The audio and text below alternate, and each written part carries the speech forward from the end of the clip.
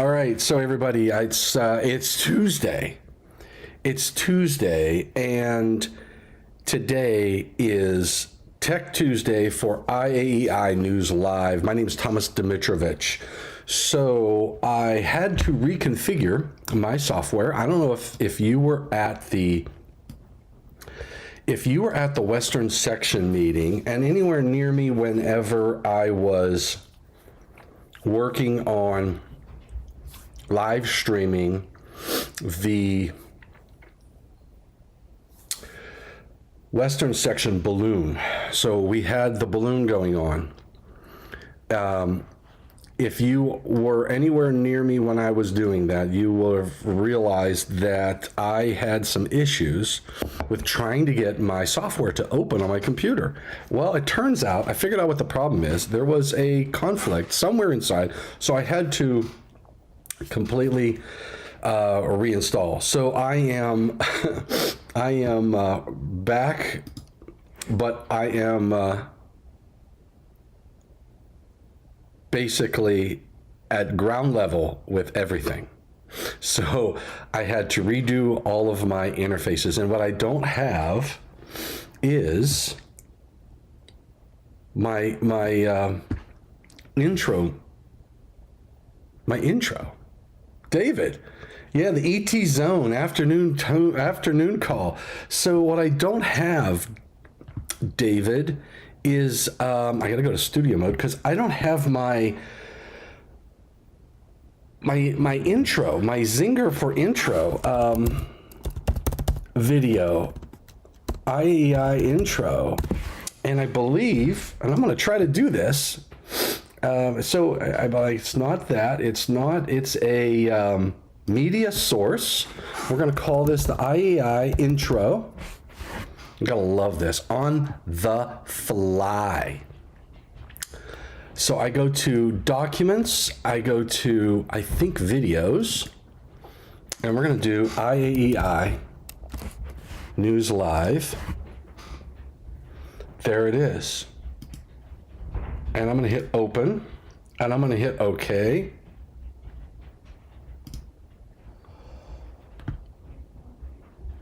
And we're gonna talk NEC 2026. We're going into the future, and no, not the machinery intro. I'm talking about this. We're talking NEC 2026, and it all starts now.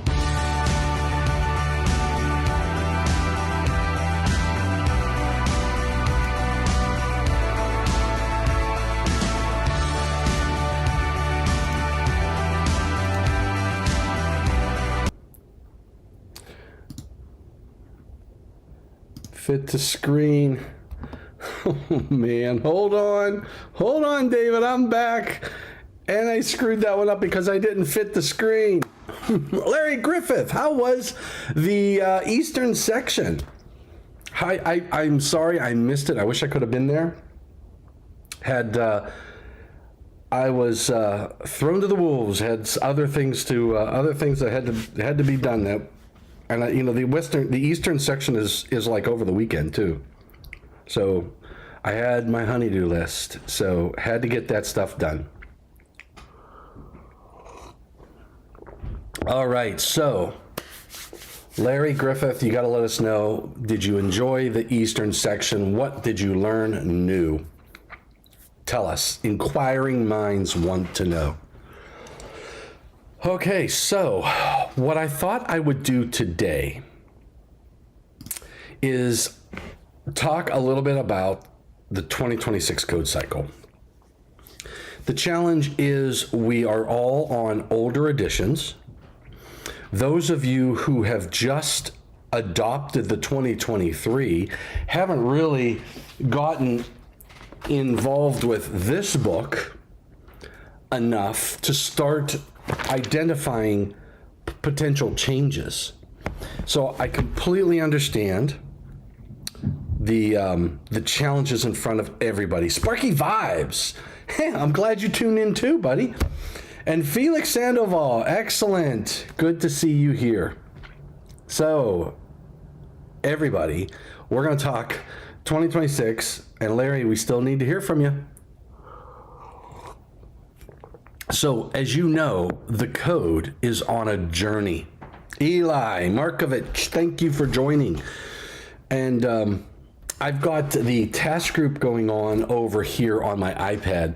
So, and that's what sort of prompted me today to talk about 2026, because right now, task group work is being conducted for NEC 2026. And what that means is, I'm going to do a copy. I'm just going to try something. What that means is that right now we have groups of individuals getting together to review public inputs. Now, just to give you a little understanding of how these things work, Eli, I'm just going to do. I'm working on my screens as we speak because I'm making some additions to the stream here. So I'm going to add a browser source. I'm going to call it chat. I'm going to call this chat 1. And I'm going to add this, and we're going to see if we can't do this.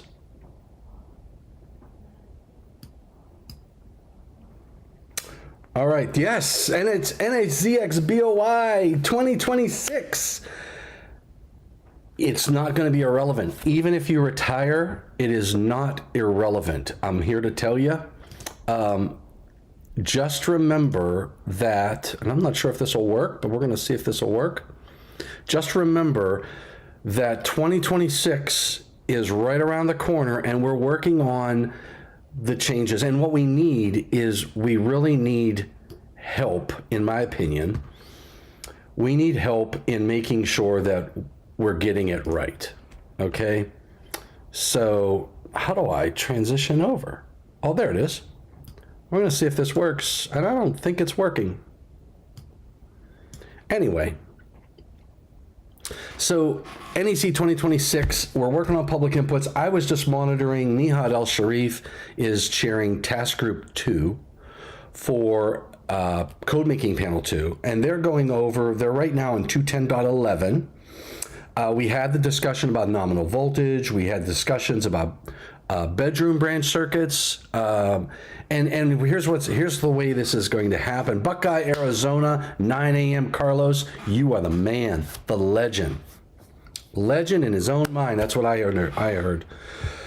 So we are, the way the code works. We have, I'm not going to do, there we go. The way the code works, you have task group work that occurs first. Once the task groups get together in each of the code panels, they take that language, all of the public inputs, they review them as a task group, and then they'll make decisions on do they accept the public input? Do they not accept the public input?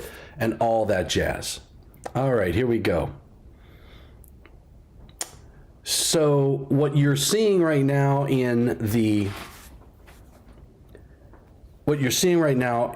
code process for 2026 are these task groups for each of the code panels that are created so that we can make the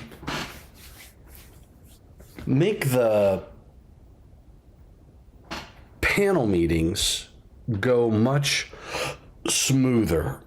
So, for example, what we'll do is we'll take, I have my spreadsheet, I have a Word document. Typically what we'll do is we'll have a Word document that has a table up top that has all the public inputs, and then we have the actual language for the section. So let's say it's 210, and I'm doing, I'm chairing task group number 1 for Code Panel 2, and I will be doing everything in definitions, Article 100, any definition or term, defined term that will be used. Oh, look at that. I got, watch this.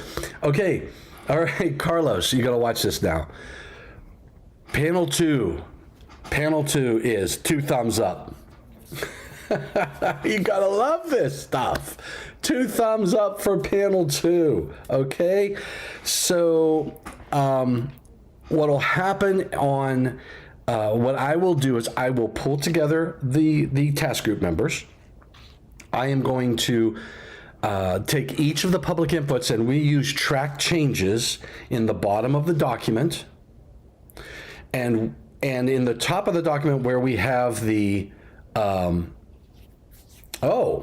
where we have the public inputs. So you submitted your first PI ever. PI's 3 for the 2026 3. You have 3 public inputs. It was quite the valuable learning experience, definitely worthwhile. David, that's pretty cool. I love it. I love it. And you know what? It takes getting involved to make sure that you enjoy the process even more, right? So I'm going to lower this a little bit. All right, there we go. So hopefully everybody got to put their public inputs in. But now, David, is when the rubber meets the road. We are in the process of reviewing the public inputs. And I'm still watching Nihad El Sharif. This is his first time chairing a task group. And I'm telling you what, the guy's a rock star. He is kicking butt and taking names.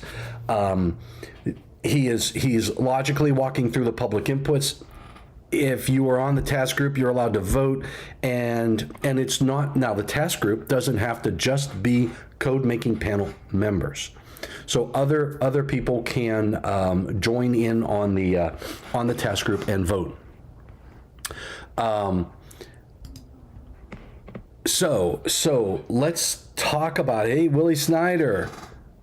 I am so looking forward to your public inputs. I tell you what, I woke up this morning and I thought, I can't wait to see Willie Snyder's public inputs on panel 2. In fact, I don't know though if any of yours are on my task group, Willie. Let's find out. So let's do this. Let's first do this. I should be able to share out. I'm going to do this. I'm going to pull out this, and I'm going to try to do something on the fly here because my whole system is not set up correctly. I'm going to go to nfpa.org/70, and we'll get to that page. And I am going to split. I'm going to studio mode. And I'm going to go to my teach.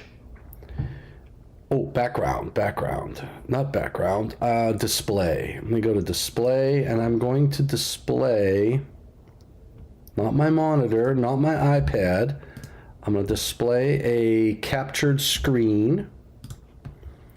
All right, so I'm going to create, what do we got? Individual branch, individual branch circuit.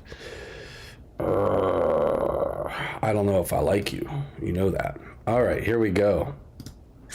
All right. You know what? I'm liking this. Okay. And do I have everything? Yeah. PI should be made with decent thought. Sometimes we get so focused on a particular thing, we get excited about it and dump a PI that many don't even understand. You know what? That is a very good point.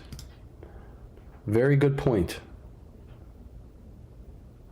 All right, so let's do this. Oh, look at that. You got a thumbs up. You got a thumbs up, and I didn't even try to give you a thumbs up.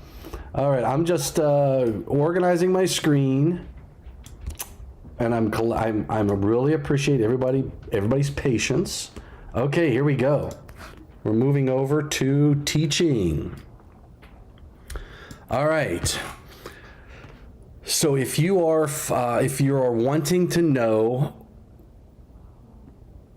what the how to find the information, so if you go to and how I got here is www.nfpa.org/70 takes you straight to the main page for 210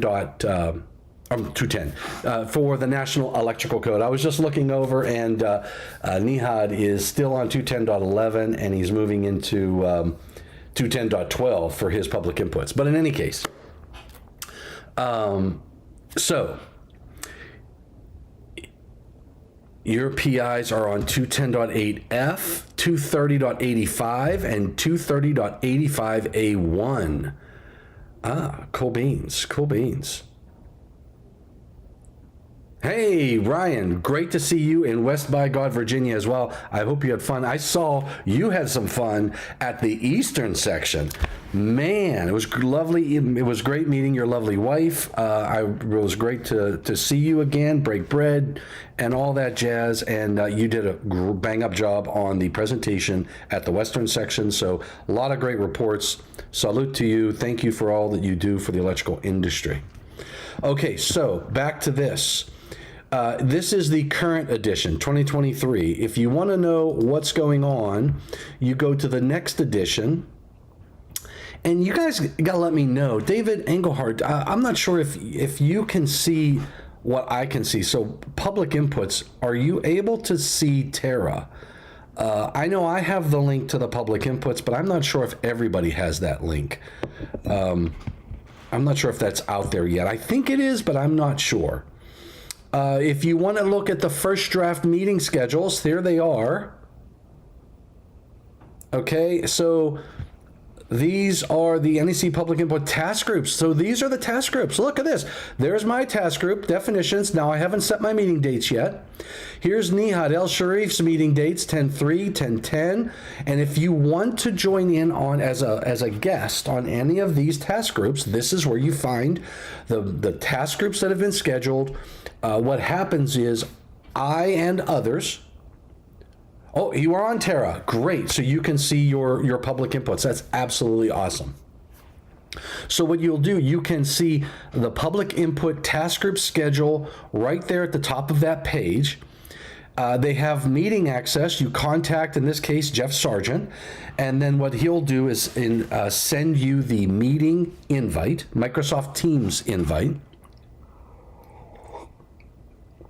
And I'll tell you right now, Nihad El Sharif is working on 210.11C4, public input number 483. You know what I could do? I could do like a play-by-play. You know, ladies and gentlemen, here we are. Where's my microphone? Here it is, up here. All right. Okay. Here we go. I can do, ladies and gentlemen, we're here at the public input phase. We're here looking at, we're watching Nihad El Sharif, chair, task group number 2. He's moving in the 210.11C4, public input number 483. It looks like it's starting off as a resolve. Let's see what the panel says. I wish. Wouldn't that be awesome? We could sit down and do the play-by-play on the task group work, and then on the committee work. That'd be really cool. But in any case, you can see access. You can have access to that. Alan Manchie's doing task group 3 for Code Panel 2. Code Panel 1 is you got Ernest Gallo, Mark Hilbert, Jack Lyons, and Mark Christian. They haven't set their dates. Looks like Code Panel 2 is really rocking it, and it's Nihad and Robert Osborne have already secured their dates. And Chad Jones is on Code Panel 3, Task Group 2, and he's working through that. So there's and it looks like Nihad has worked through 3 first revisions so far, and he hasn't gotten out of 210.11. So we've got at least 3 first revisions in the task group work. Now, I'll tell you what. When you're in the task groups, what happens in the task group stays. No, what happens in the task group when it's delivered to the code panel. Larry Griffith, it was great, but there's never. It was great, but there is. Where's my? I don't know what happened to my dashboard. Let me maximize. There it is. It was great, but it was never enough time. Start with the board meeting, patient care, grounding, copper clad aluminum, NM review, and hazardous locations and transformers. That's awesome. We would have to do 70p at the same time. That had to be Robert. No, that was Willie. Yes, 70p for pizza. We got to have 70p. We have to have a pizza standard. I'm telling you, we should do pizza. We could have public inputs. Oh my gosh, Willie, we got to do it. We're going to do it. This is going to be fun, but we're going to do it. But in any case, so, all right, I'm going to have to move this. Let me put this over here. So, you can see the schedules, and let's get back to teach. And I'm going to close. I am going to close that. Now, second draft, first draft. So first draft committee information, you have the pre-first draft meeting notes. These are the things that happened pre-first draft.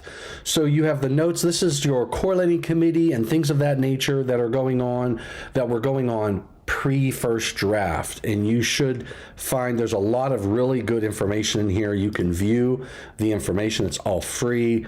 Talks about, tells you what happened at these meetings. You had the chair expectations, et cetera. So you can review all of the information for that, for the pre-first draft meetings. Now, what you see here are all of each of the code panels. What NFPA does for us is NFPA will basically take all the public inputs and then they put them in buckets, and that's for each code making panel. What you're seeing here are the public input reports for each of the code making panels and also the meeting information. So if I look for code panel 1, for example, you can see that we're having the meeting at the Charleston Marriott. There is booking information, and I'll tell you what, this booked very quickly. So I feel for you if you did not make your reservations, and they're going all day each day.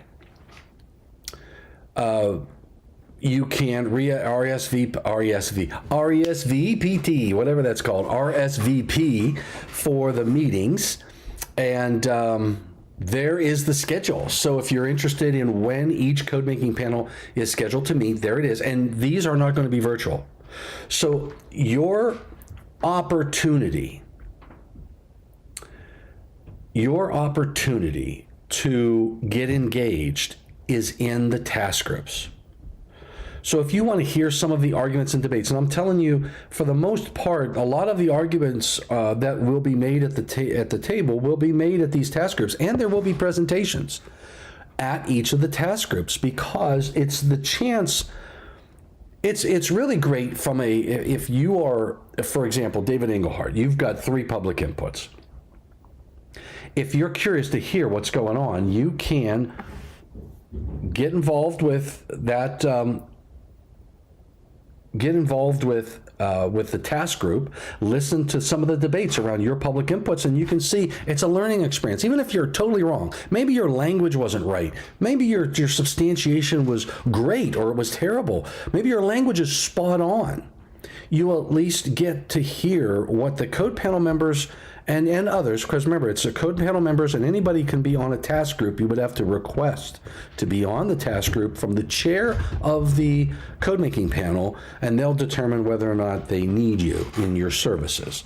Otherwise, you can always monitor, and if you want to speak, you could ask the chair of the task group to speak on any one of the public inputs, especially if they're yours. Not all of the meetings are in Quincy, Massachusetts. Absolutely not. Public inputs and public comments are typically split between 2 different locations. The public input meetings will be, now they used to be in not Savannah. They used to be in, oh my goodness. I can see it. Hilton Head. Geez, oh man, I could see the words in my head, but I couldn't read them. Hilton Head. We used to be in Hilton Head. And that's like for a very long time. I mean, I tell you what, I've been involved with NFPA 70 for a very long time, and I've always been for the first draft meeting at Hilton Head. That goes back to 2005, maybe earlier. This year, this next cycle, the first draft meetings are going to be in Charleston. So it's the first time that that we will have met for the first draft in Charleston. Now, the second draft meetings, they were in Redondo Beach, California for many years. Then they switched, they went down to San Diego, right across from Coronado, right across from the SEAL training island. And I have a feeling that since they moved the first draft, I have a feeling, a distinct possibility that they are going to move the second draft meetings as well. So I'm not sure on that one, but we will see. Again, I'm spectating. So, ladies and gentlemen, here on task group number 2 has made a big move. They've grouped 2575, public input 2575, in with public input 483 as a first revision, the third first revision for the task group in 210.11 Charlie 4. So that's another thing. When you're watching these task groups, you can have multiple public inputs on one section, and what the task group may do is exactly what Nihad's doing right now. He's lumping public input 483 and public input 20, he just scrolled up 27 something, into the bucket, we call it. So both of those public inputs are put into the same first revision, and they're replacing outlets for other equipment by other outlets, as restrictions on this equipment are sufficiently addressed in 210.23b. So they're lumping 2575 and 483 into the same bucket, and they have a first revision, and now he's got to generate his panel statement. So that'll be an interesting discussion. Willie Snyder says he had one for 210.8f as well, but didn't copy David. We will have to do 70p. I'm not sure. We had one. I had one for 210.8f. Oh, David, you mean David Engelhardt. I was thinking the chair of panel 2 is David Humphrey. So in any case, so in these task groups, they'll go through the public inputs. Now, your public input may be similar to another public input, and it may be such that another public input is sort of the leading public input, meaning they made a lot of changes, and that's like what they're going to key off of, and then they'll pull all of the others in. So you won't see a resolve or eject or an accept. You're going to see a first revision, and it will be grouped with other public inputs. Now, each public input may change a section of the code, and they may do different things. But if we're modifying, say for example, we're modifying in this case 210.11 Charlie 4, what they could have elected to do was modify 210.11 Charlie and include all of the public inputs that break out into 1, 2, and 3, and 4, and then but the problem is, it's if you lose one, like if there's one controversial item in there, then you lose everything else. So whenever you have a controversial item, what they do is they'll ballot each of the changes. So you may, for example, I don't know, let's just say that you're going to add, I don't know, you're going to expand GFCIs to planets on Mars and residential dwelling units on planets on Mars beyond the Earth. And then in that, you also have a change to make GFCIs listed. And you put that all in the parent text. If you bucket both of those, and then people go, you know what, when they ballot it, that Mars thing has got to go. That means they have to vote against what is being balloted, which if you lump both of those together, then you lose the baby and the bathwater, right? So what they'll do is they'll do I call it line item vetoes capability. But in reality, it's the ability, they ballot individual parts. That way you don't lose it. And if it passes ballot, now here's the thing. Let's say they do the Mars thing and they do the listed GFCI thing, and they ballot those separately. And the listed GFCI thing passes ballot, meaning you've got to get 2/3 to support that. And you ballot the Mars thing, meaning you got a simple majority at the table to support the requirement for Mars. Then you have to get 2/3 to get it through ballot. Now, if it gets 2/3 through ballot, then they come together. And now that is a new first revision. All right, so you just got to be careful on how things may be sliced and diced, so to speak.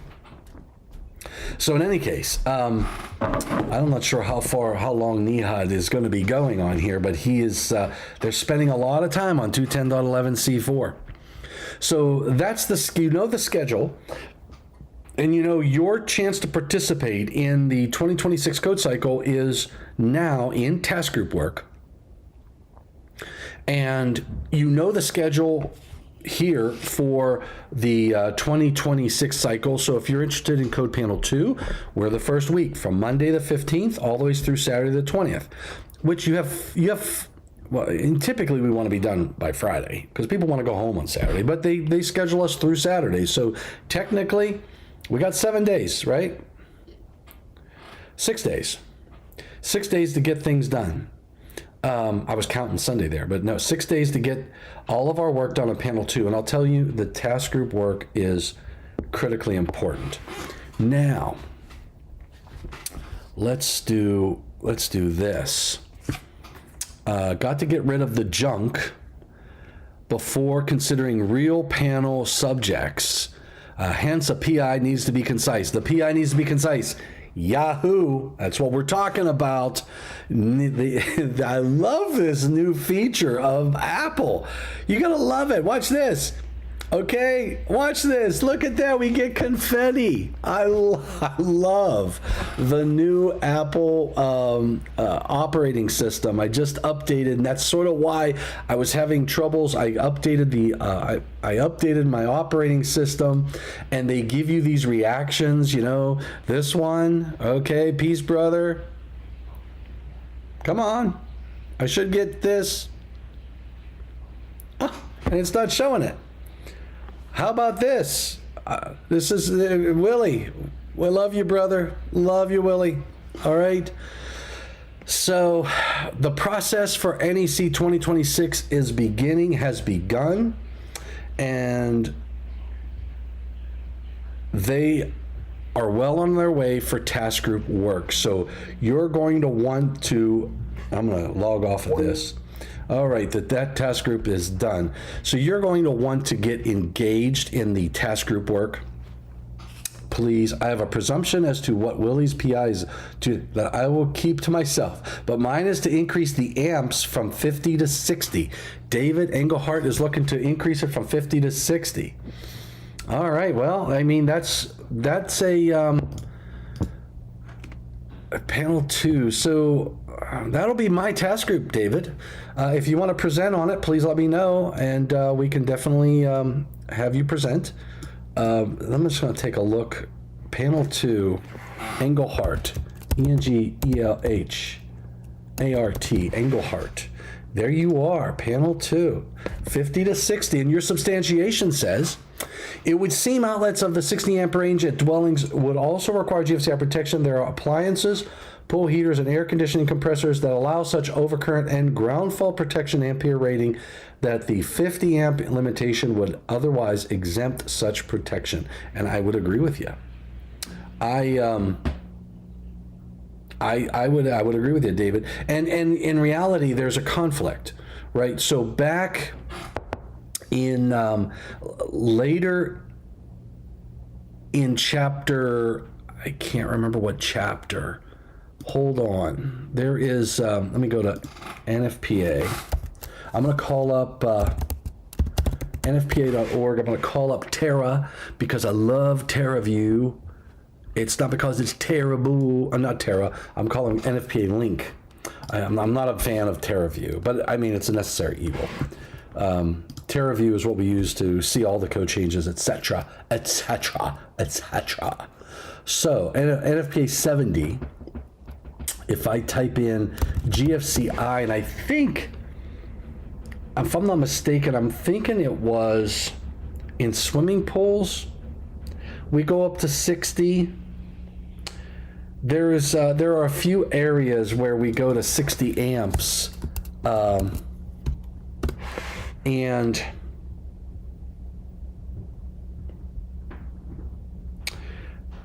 for GFCI protection, which conflicted with, and I can't remember exactly what section, but it sort of conflicted with what was going on in panel 2, because panel 2 said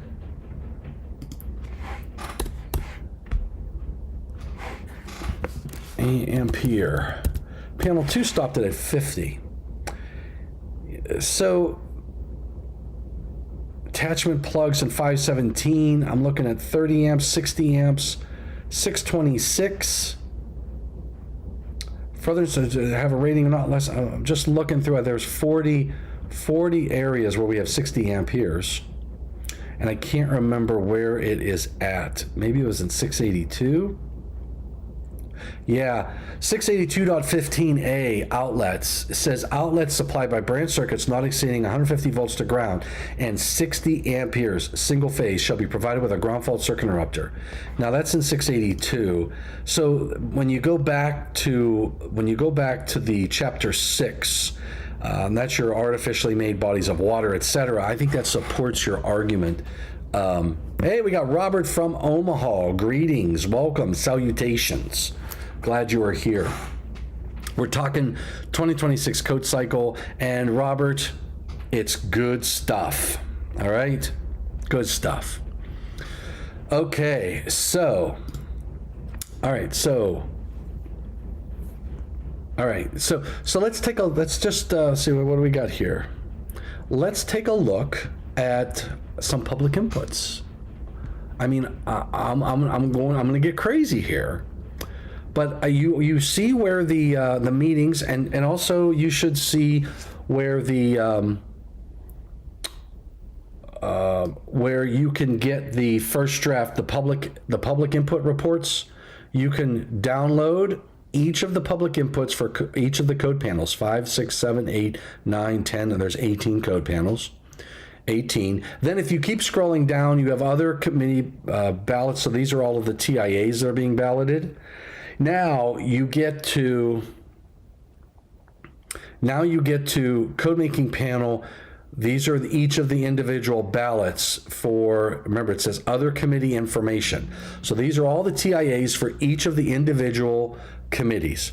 So, and that's the extent of everything, right? So those are all your ballots. Hey, Nihad, I was just telling everybody, Nihad, that you did a fantastic job today at Code Panel 2 Task Group chairing. I had a drop out right at 12 o'clock. I was looking at my clock. I'm like, oh my goodness, I got to go live. And I know you just got off around it, so you went about a half an hour. I'm not sure if that was scheduled that way. Yeah, you were. You were scheduled to 12:30. So we had a little bit of about a 30-minute overlap. So I appreciate you making it. I'll tell you what, I was telling everybody that on how you were running the meeting. In fact, I was doing a play-by-play. You had your spreadsheet up at the top of the screen. You had your text at the bottom, and you were doing a great job in managing the discussions. You took votes very well. You managed you led with I need a motion, which is great before discussion. There was only one time one individual jumped the gun, and quite frankly, I was surprised, but I didn't think it. I was hoping that, and it did get corrected. What we do on our committee works. we work by Robert's rules, and there are reasons for that. And you did a great job, Nihad. Great job. And I see you ended in 210.11, so I'm assuming you'll pick up 210.12 at your next meeting. And when is your next meeting? Oh, we were just showing the schedule. So if I look through this schedule, well, I learned the best. I don't know about that, Nihad. If you scroll, where was the first draft committee? I remember seeing it. There it is right there. All right, so what we were showing, Nihad, I don't know if you even know this. I know I just learned it. Right at the top of the first draft meetings, if you go to view, there's the schedule of all the task group work. Because remember, the task group work is what we call public, right? So we want to be, oh, look, I got the stars going, and I didn't even want to. I love it. I got to figure out I got to be careful on how I do this stuff. So in any case, Nihad, the task group work is published, the dates, and people can join, and they would contact Jeff Sargent to be placed on the attendance list. And I know you're doing a great job in managing all of the hard work that's going on with Code Panel 2 and your task group. So, yep, so next week, same time, so that would be next Tuesday. And I'm going to miss the last 30 minutes, Nihad. So, you clobbered me, buddy. I thought you loved me. I guess not. So, that's okay. I forgive you. All right, so I wanted to review some public inputs. And since we're talking Panel 2, we're going to go to 210. We'll start with panel 2, and we'll go to 210. 210 seems to be a pretty good topic. Now, David Williams is on the correlating committee chair, and he I got balloons.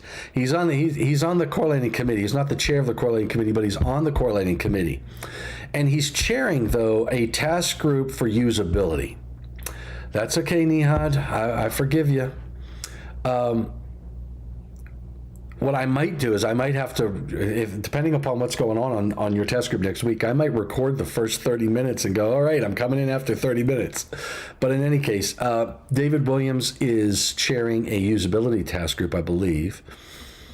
The public input is being submitted on behalf of the NEC Correlating Committee Usability Task Group in order to provide correlation. So his first public input is on an informational note that's in 210.1, and he's just reorganizing things to align with the style manual. Now, the style manual changed. And I'll tell you what, Nihad, if you haven't looked at this, and everybody else, you're going to want to. If anyone might be attending, we all know it's a sponsor. It might be fun to connect. I'll be there Wednesday and Thursday. Automation Fair in Boston. That's pretty cool. And it's, you know what? I don't know if I'm going to be there, but maybe if I am, we got to hook up. What about going live at 12:30? You know what, Nihad? For you, I might do that. If I go to nfpa.org/70. Okay, I'm going to go back to this. NFPA.org/70. If you look at, if you scroll down past erratas, additional information, you will see the NEC style manual, and you click on view. Look at this, the 2023 style manual. This is new. This is important as we move into the 2026 code cycle. The 2023 style manual is the National Electrical Code style manual is important there, and I hope no one would be against that. I'm hoping not to, Nihad, but 12:30 to 1:30. Oh, let me look. Tuesday next week. That would be the 10th. I can do that. I am going to do that. So Tuesday, I'm going to do 12:30 to 1:30. So you all heard it here. 2:30 to 1:30. Be there or be square. All right. So yes, you're going to need to download this document. It has Some important changes in, I don't think arrangement, maybe. There's mandatory rules, permissibles, word choices, things like that. Here's what I'm going to do. Control F, recondition.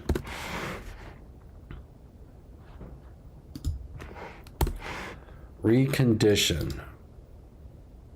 I'm not seeing. Hold on. I'm going to search for recondition. It's there, but I can't see it. I don't know why. Done. I don't know what page I'm on, but for some reason I can't. Oh, wait. No, I can't see it. But there is there's your numbering. This is great. I love this language here because it shows you your article, your part, and people ask me, why do I say first level and second level subdivision? Right here. This shows you what the first level subdivision is, what a second level subdivision, and what a third level subdivision is. So this is your section. There's your first level subdivision.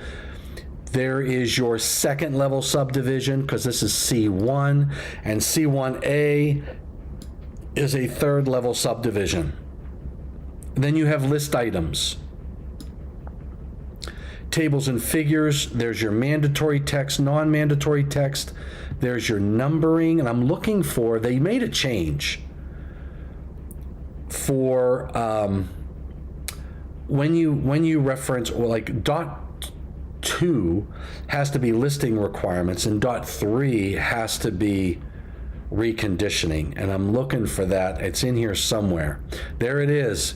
Parallel numbering with similar articles. All right. To the extent possible, that is an important language. So it's not necessarily a requirement.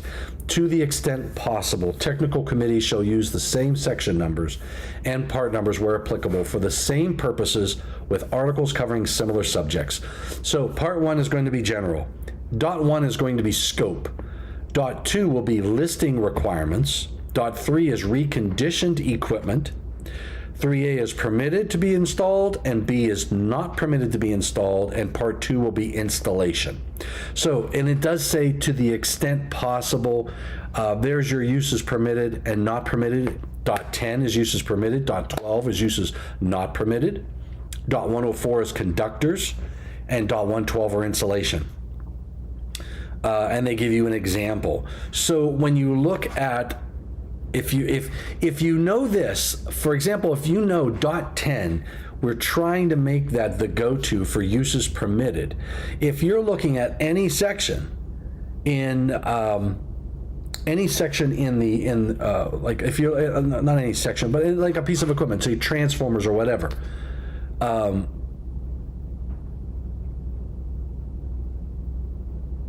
If you're looking for, I'm just reading some of the text here. If you're looking for any of the, like if you're looking for uses permitted for, say, I don't know, a transformer or whatever it is, lighting, LED light, I don't know.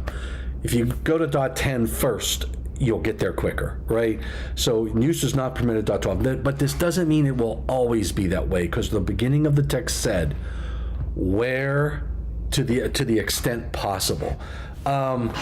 Interesting, but needing to read a document in order to interpret a document means that base document better be correct. How do we determine the accuracy of the thing? Do you know how you determine the accuracy? Well, you apply it, and then where it's not, you make a public input. Right? I mean, that's the beauty of the process. It's the beauty of the process. Why they chose the structure. Why did they choose that structure to follow? It's an agreed upon structure. You know what it takes? Well, I would say it takes 2/3, but the style manual is not governed by committee like the rest of the book is.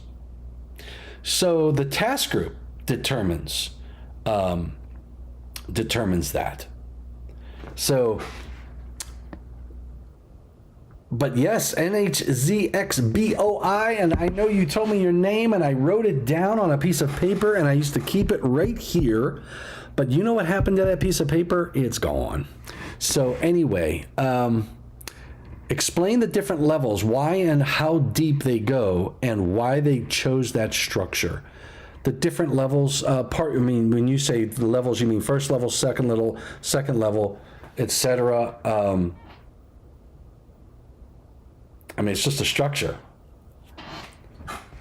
Oh, isn't the NEC style manual? Hold on, geez, oh man, I gotta go up. Read the comment of mine just above this one. We're having fun. No one is getting burned here. Thank you. Oh, sweet. Oh man. I'm not sure when you say above that one.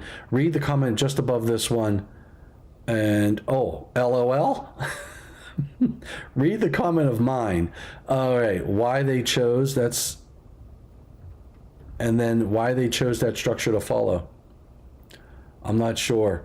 Why they chose that structure to follow, and Tom explained the different levels of why and how deep they go. Okay, so again, it's just usability, Robert. They're just trying to create a structure for the code so that it's logical and it's easy to follow.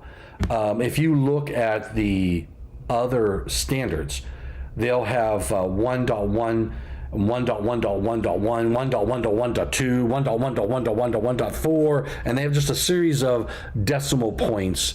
They elected to stay away from that, and I believe it's probably because the NEC started a long time ago, right? So if I look at, I have the very first edition, right? I've got the very first edition of the code, and let's see what they used for numbering back then.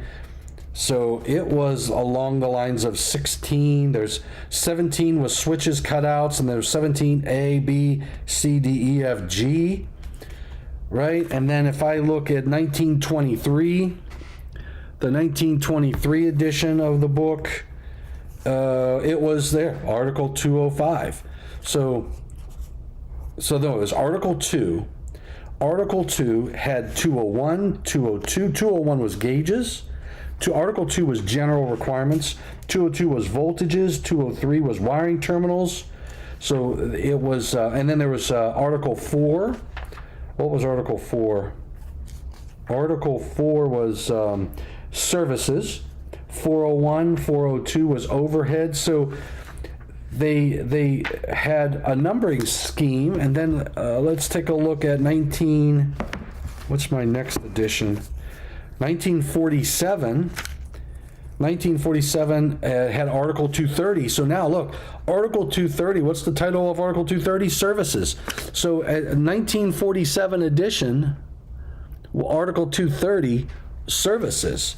So, and then the numbering was 2301, 2302, 2303, 2335. So they had 4-digit numbering systems back then, and you had all of your what was motors?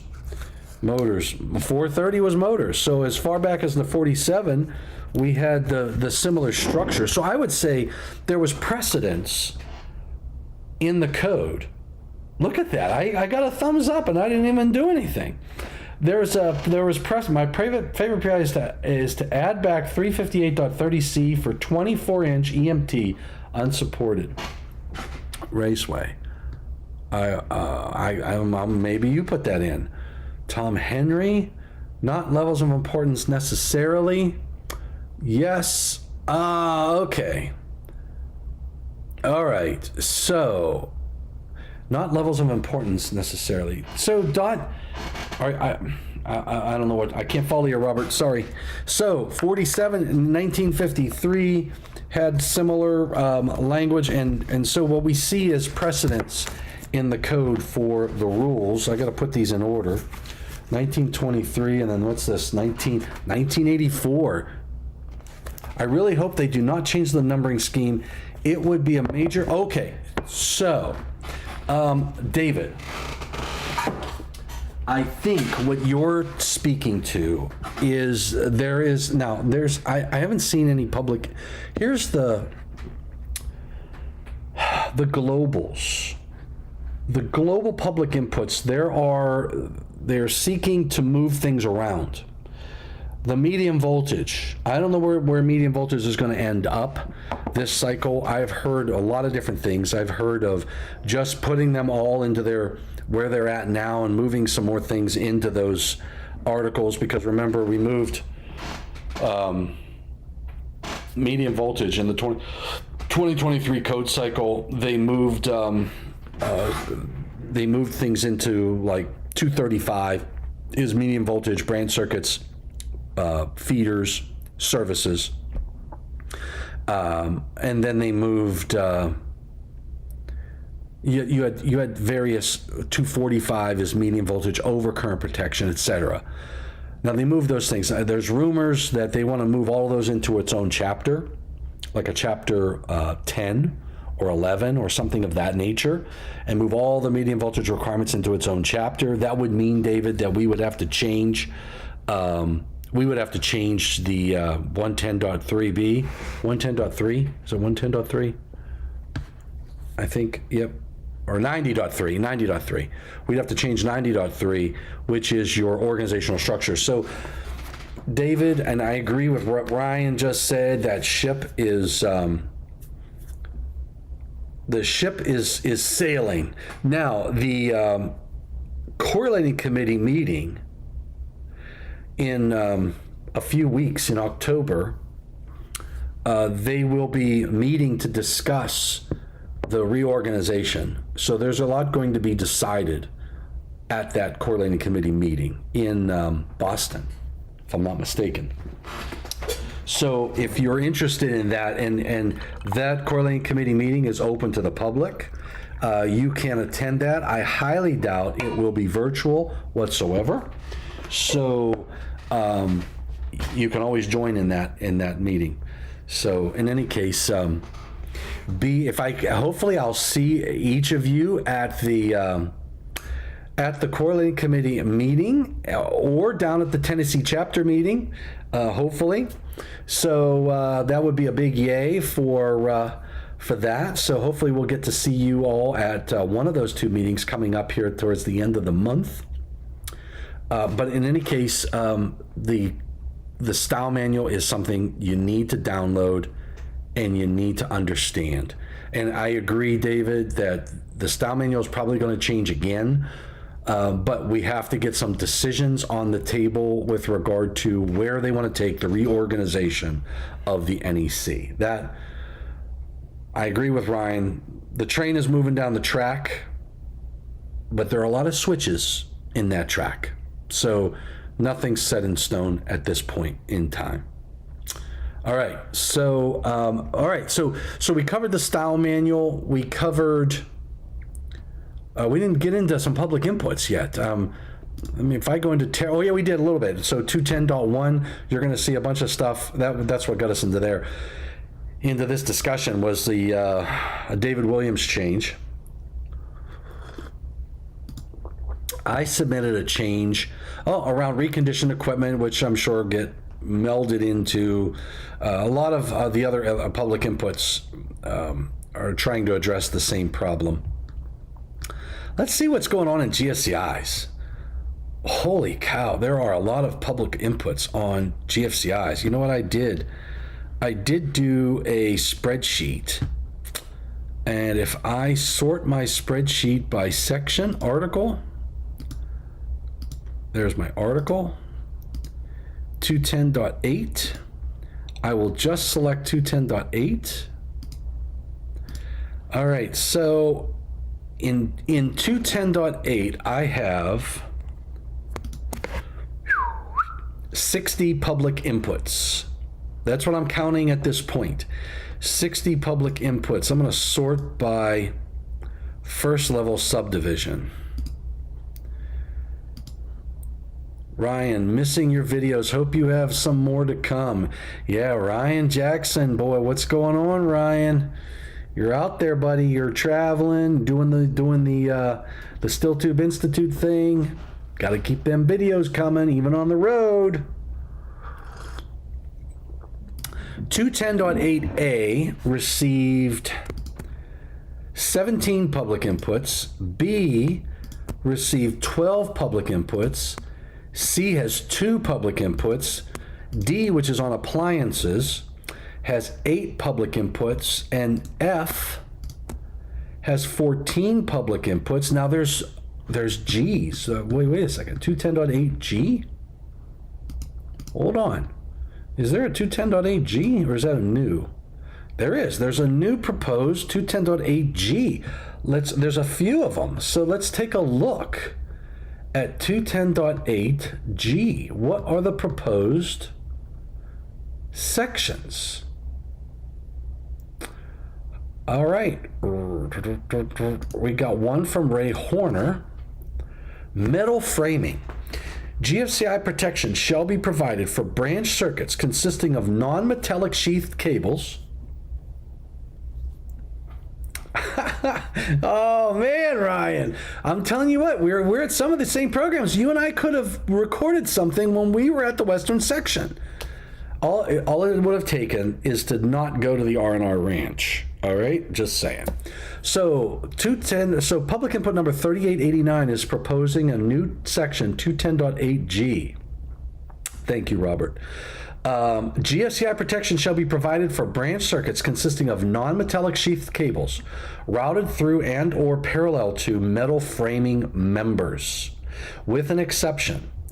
GFCI protection shall not be required to protect those portions of the branch circuit installed in rigid metal conduit, intermediate metal conduit, rigid non-metallic conduit, or electrical metallic tubing. Sweet. So, and metal framing, I'll tell you, there was a case a while ago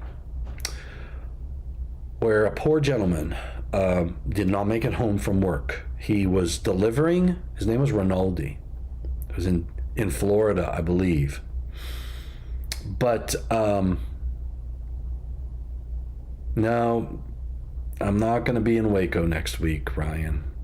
But we could do something remote.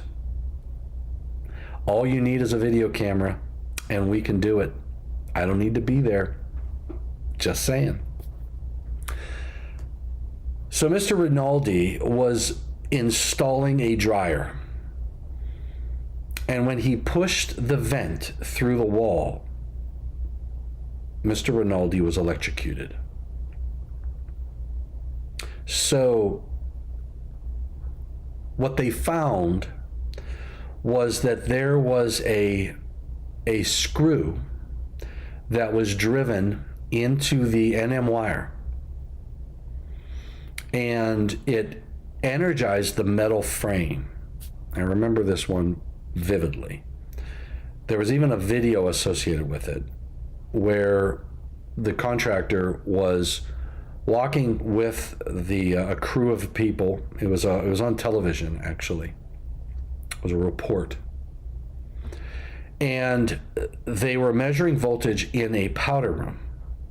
What the gentleman did was he opened the medicine cabinet and he put one electrode on the medicine cabinet screw that went into the wall, to the stud, and the other on the sink faucet. And he had 120 volts. And it was not a GFCI protected circuit. So the problem was that when they screwed the drywall in through the metal framing, they nicked the wire and it energized the wall. And when Mr. Rinaldi pushed the vent through the wall, it came in contact with the metal framing. Now, this was brought up a while ago for Code Panel 2. I remember at the Southern Section meeting, from the floor, it was reviewed, the public input was reviewed from the floor at the Southern Section meeting. And there were those against it and for it. Those who were against it said that it should have been installed correctly. They should have used rubber grommets correctly, that something had to have gone wrong in the installation that permitted the screw to penetrate the conductor. And I recall I went to the microphone at that point, and I feel the same way today, that we don't need GFCI protection when things go right. We need GFCI protection when things go wrong. And we thank God we had GFCI protection when things go wrong. So in the case of Mr. Rinaldi, he would be home today if there was GFCI protection on that circuit. So I'm a big proponent for GFCIs in residential dwelling units. I don't believe that there's any reason that anybody should die in a residential dwelling unit, period. So in any case, the Code Panel 2 did not feel the same as I did. And there was a public input before I was on Code Panel 2, and it was a public input when I was on Panel 2, and I argued for it, and I lost. So this is similar language to what I proposed a while ago, and it looks like somebody went back in time and grabbed some information, and this is Mr. Ray Horner from AdCore. So God bless you, brother. David Engelhardt, the Florida Building Code had required at one time that the metal framing be bonded to the largest branch circuit equipment grounding conductor in the area, but that only lasted 1 3-year code cycle. See how quickly we forget about death? I'm sure, and I don't know when that happened, David. I don't know if that was around when Mr. Rinaldi lost his life, but there's a lot to be learned. And there's I think a deep concern that we should all have in proper installation practices and the codes and standards, and what we could provide those who live inside and work on structures. Willie Snyder, we have a construction lawyer as a guest this week. I have so many questions for him about liability. Well, I'll tell you on this one here, Willie, I don't know what the end result was, but I know that it was our panel board and our circuit breaker that was involved in that structure. And of course, everybody in their emotional state and in their legal states want to, sue everybody. But again, we referenced that, yes, a thermomagnetic breaker was used, and it did not provide protection for Mr. Rinaldi. But there's no code requirement for it to have it, and there's no standards. The standard molded case circuit breakers listed to UL 489 is not required to provide shock protection. So the installation followed the National Electrical Code, and it was you can't blame the person who put the drywall in. I don't know where they ended up, honestly, but all I know is we have one individual who didn't make it home, regardless of where they ended up legally. So this is definitely a heavily debated area, and my electrical world is designed for control systems of power plants. I hear the residential thing, but I'm not involved with it. The BOI part of my name is from 1993. So yes, but in the control systems for power plants, GFCIs are used a lot of places. We lose electrical workers. The electron doesn't know that it's a dwelling unit versus a commercial building versus an industrial facility. So the challenge for us in our industry is, when do we learn and make different and better decisions without the code telling you to do it? That's the key. So we're going through a code cycle right now, and the code cycle will explore all of these types of issues that we'll try to address. But knowing technology the way we know it, knowing how electrons will find their way back to the source by any means, and we just try to give them the highways through conductors to get that done, and we want to provide the protection. When we understand the fundamentals, we can make good design decisions. Unfortunately, adding a penny to a design can come under scrutiny. And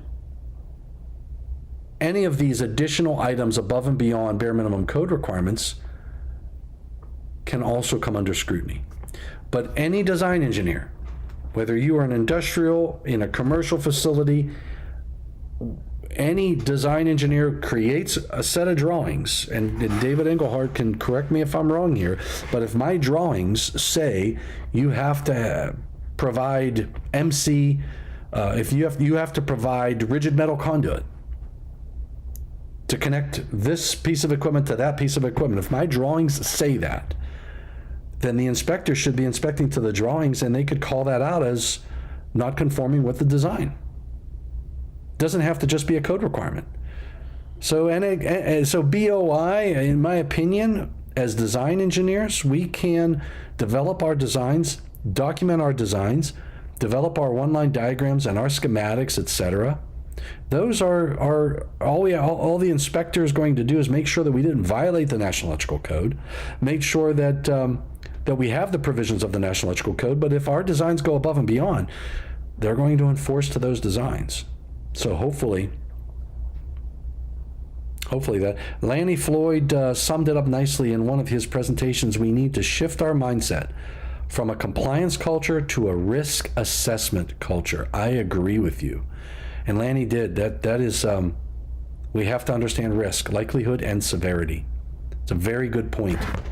Industrial control panels in the industrial world, a lot of energized work goes on, justified energized work, because you're troubleshooting. Any place where you can provide barriers to limit exposure to energized parts and ground fault circuit interrupter protection to reduce the impact and severity on the body. Barriers is likelihood. GFCI is severity. So reduce risk by addressing likelihood and severity. And hopefully in the 2026 code cycle, we can do that. So what I'm going to plan on doing moving forward, I'm going to try to do some 2026 reviews on some things that are going on in the task group work where I can. If you have some interesting items that you're attending on task groups, please share those with me, and I will be sure to deliver them. And we might do some one-on-one live from the task groups, Nihad El Sharif chairing, and give you a play-by-play annotation of what's going on. That'd be kind of fun. But in any case, ladies and gentlemen, ladies and germs, I've extended my stay well over because I did have some issues in the beginning. I now have to figure out how to, and I'm going to change, I'm actually going to cancel. I'm going to add an outro media source. I've got Nihad, I had some outroduction. It's an outroduction. I need to do my closing video. So bear with me while I do this, and you're seeing it live. I got to go to videos, presentations, because I'm going to sign off, and I've got to sign off. Cheers, Ryan. Thank you for joining in. And there's videos, and I got to do IAEI. I am going to sign off. IAEI News Live. There it is. Stinger. I'm going to hit open, and I'm going to hit OK. And I have to make sure that it is transform, fit to screen. All right. Thank you, Nihad. Thank you. Hit that up button. Remember, hit it and make it work. Absolutely awesome. And give you the thumbs up. So hit that thumbs up, hit the like, subscribe, and all that jazz. So thank you for everything that you do for the electrical industry. Thanks for what you do for electrical safety. Remember to stay safe, and please, Eli Markovic, stay healthy. All right, brother? Take care. See you next week. Same time, 12:30. Awesome sauce. All right, David. See ya.